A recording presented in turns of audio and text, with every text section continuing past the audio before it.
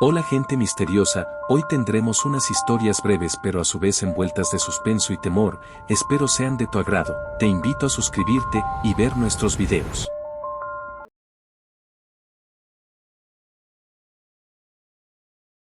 La primera persona que me contó de ella, fue mi tía Mecha. Ella la había visto, y se había convertido en un recuerdo inquietante, de su memoria.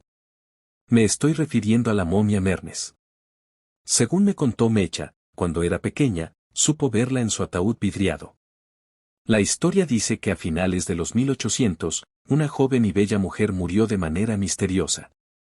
Algunos dicen a causa de una excesiva medicación, que terminó envenenándola. Otros, que fue una muerte natural. Otros más, que fue un suicidio. Pero esta historia, ya de por sí trágica, tenía otros aditamentos que la hacían más trágica aún. Ella se llamaba María Cerruti, nacida en Buenos Aires. Se había casado con un caballero de apellido Mernes, y se había instalado en el pueblo de Victoria, en Entre Ríos, lugar donde aconteció el drama. Dice la historia que la muchacha era víctima de lo que hoy llamaríamos violencia de género por parte de su esposo. Dicen, que era golpeada y violentada por su marido, que incluso llegaba a encadenarla a la cama cada vez que salía. Y una vez, que regresó de una salida nocturna, la encontró misteriosamente muerta. Así fue sepultada en el panteón familiar en el cementerio de Victoria, allá por 1887. Pasaron muchos años. Más de 50. Hasta que un día, los descendientes, decidieron reducir restos, buscando hacer espacio dentro del mausoleo. Y así le tocó a María ser reducida. Imagino el espanto de aquella gente, cuando al abrir su ataúd, después de 50 años de muerta, descubrir que los restos estaban intactos. Incluso, hay testimonios que dicen que sus mejillas aún conservaban color. Aquí surgen las versiones. Una de ellas dice que el cadáver fue colocado en un ataúd de cristal, y otra que solamente se colocó un vidrio transparente a la altura de la cara en su féretro, para que pudiese ser apreciada por propios y extraños.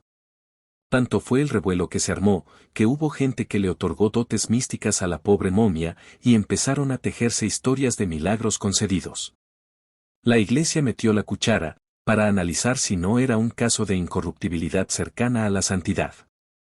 E incluso vinieron estudiosos desde lugares lejanos para revisar el cuerpo. Lo cierto es, que ante tanto manoseo, el cuerpo empezó a corromperse. Así, la familia decidió cortar por lo sano, tapear el estante donde reposaba el cuerpo, y la momia nunca más fue vista. Yo conocí el panteón en alguna visita al cementerio. Dicho edificio aún contiene a la momia, pero su calamitoso estado actual evidencia que ya no debe quedar descendencia de la desdichada muchacha. Hoy, la historia de la momia Mernes es una más de todas aquellas leyendas que un pueblo que se aprecie debe tener.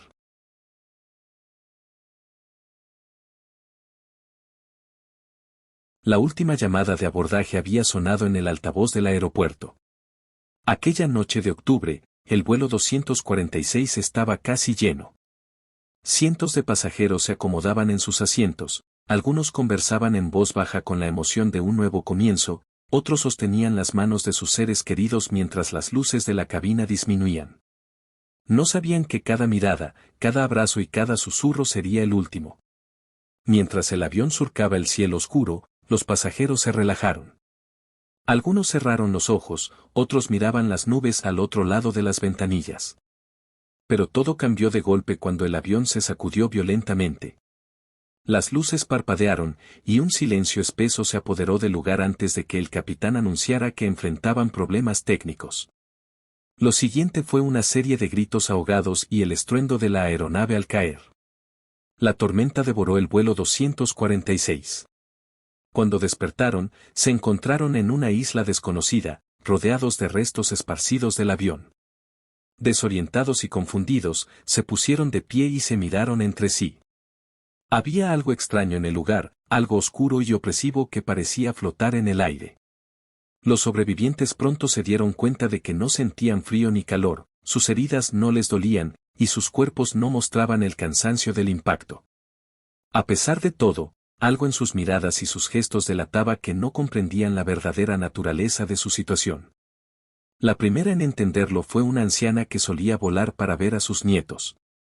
Con ojos vacíos y voz quebrada, murmuró: «Este no es un lugar, estamos todos muertos».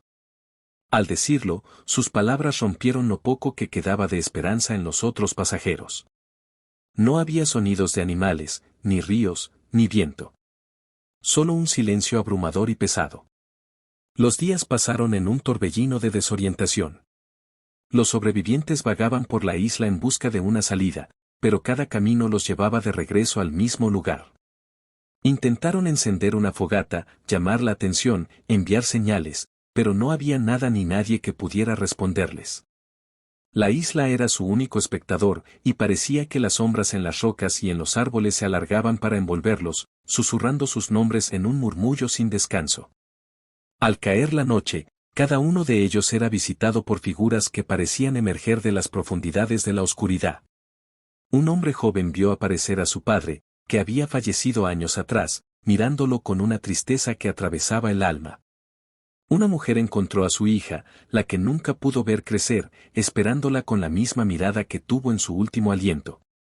Estas apariciones no hablaban, pero sus miradas eran tan intensas que los sobrevivientes sentían que sus propios pecados y secretos más oscuros estaban siendo desenterrados y expuestos. Los días se hicieron eternos. La isla les obligaba a recordar cada elección, cada error, cada momento que habían dejado ir. La tristeza era un peso en sus pechos, y la soledad se transformó en una desesperación profunda. Algunos intentaron huir hacia el océano, pero el agua era como un muro invisible que los devolvía a la playa, con la sensación de que nunca podrían escapar de aquella prisión. Finalmente, el capitán tomó la iniciativa y reunió a los pasajeros restantes en torno a los restos del avión. En un intento de encontrar paz, les habló de su vida, de sus remordimientos, y les instó a hacer lo mismo. Uno a uno, los sobrevivientes confesaron sus penas, los amores que no supieron cuidar, los errores que los atormentaban. Cada historia era un susurro triste que se disolvía en el aire, y poco a poco, algunos comenzaron a desvanecerse como neblina. La isla parecía absorberlos, llevándolos a un lugar desconocido. Al amanecer, solo quedaba una persona, una mujer de ojos cansados que no pudo confesar nada. Había vivido una vida silenciosa y sin amor, y en su última noche en la isla, comprendió que aquel vacío la había acompañado hasta la eternidad. El sol nunca salió realmente en ese lugar, la luz que creía ver era un destello de recuerdos rotos. Con el último aliento de su alma, comprendió que estaba destinada a permanecer allí, en esa isla de sombras, recordando lo que nunca se atrevió a vivir. Aquella isla no era un simple trozo de tierra olvidado en el océano. Era el infierno, un refugio de los lamentos de quienes, como ella, estaban condenados a vagar sin encontrar nunca la paz, atrapados entre el pasado y la eternidad.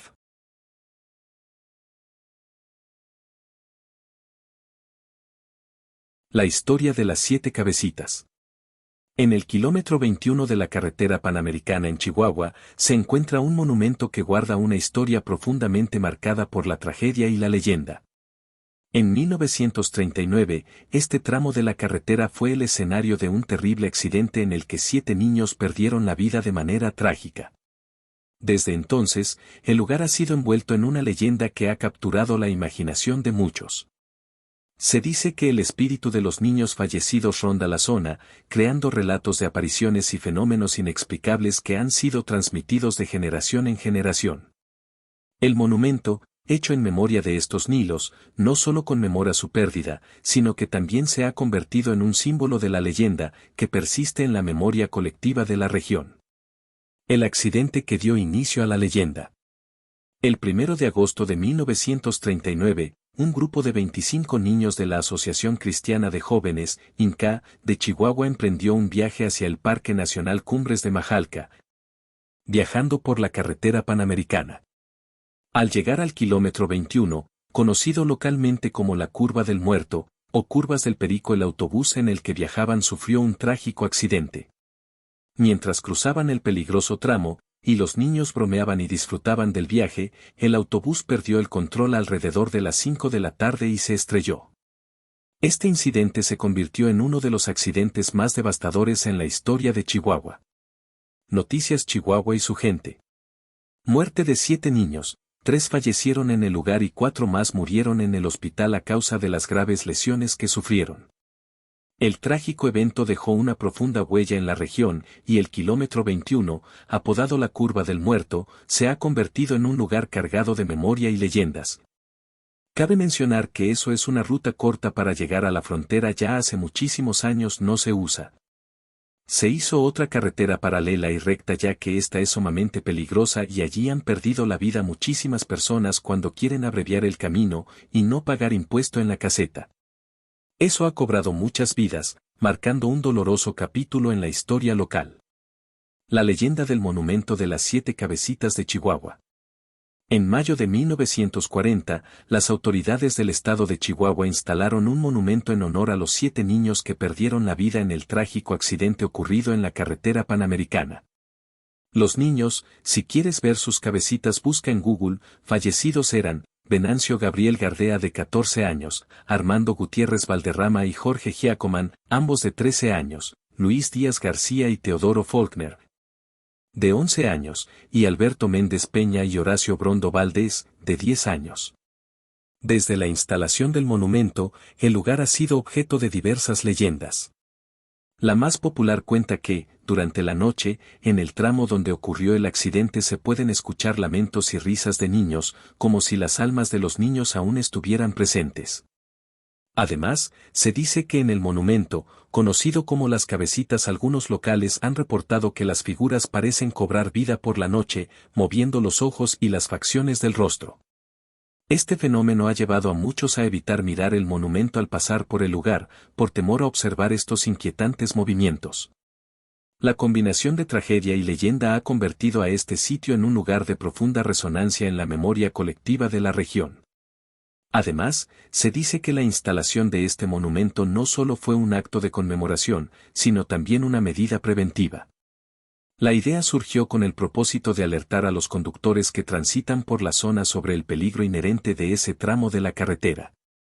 El monumento sirve como un recordatorio tangible de la peligrosidad del kilómetro 21, donde se han producido varios accidentes a lo largo de los años, donde innumerables viajeros han perdido la vida, siendo el más trágico el de 1939. Así, el monumento cumple una doble función, honrar la memoria de los niños fallecidos y advertir a los viajeros sobre los riesgos de la curva, con la esperanza de prevenir futuros incidentes. Esta es una increíble leyenda que las voces han aprendido a dar valor. Creer o no creer queda en nosotros. Lo único que sabemos con certeza es que solos, nunca estuvimos. Si el video fue de tu interés, te invito a suscribirte y a tocar la campanita para seguir nuestros futuros videos. Creceremos juntos en un misteriosamente mundo paranormal.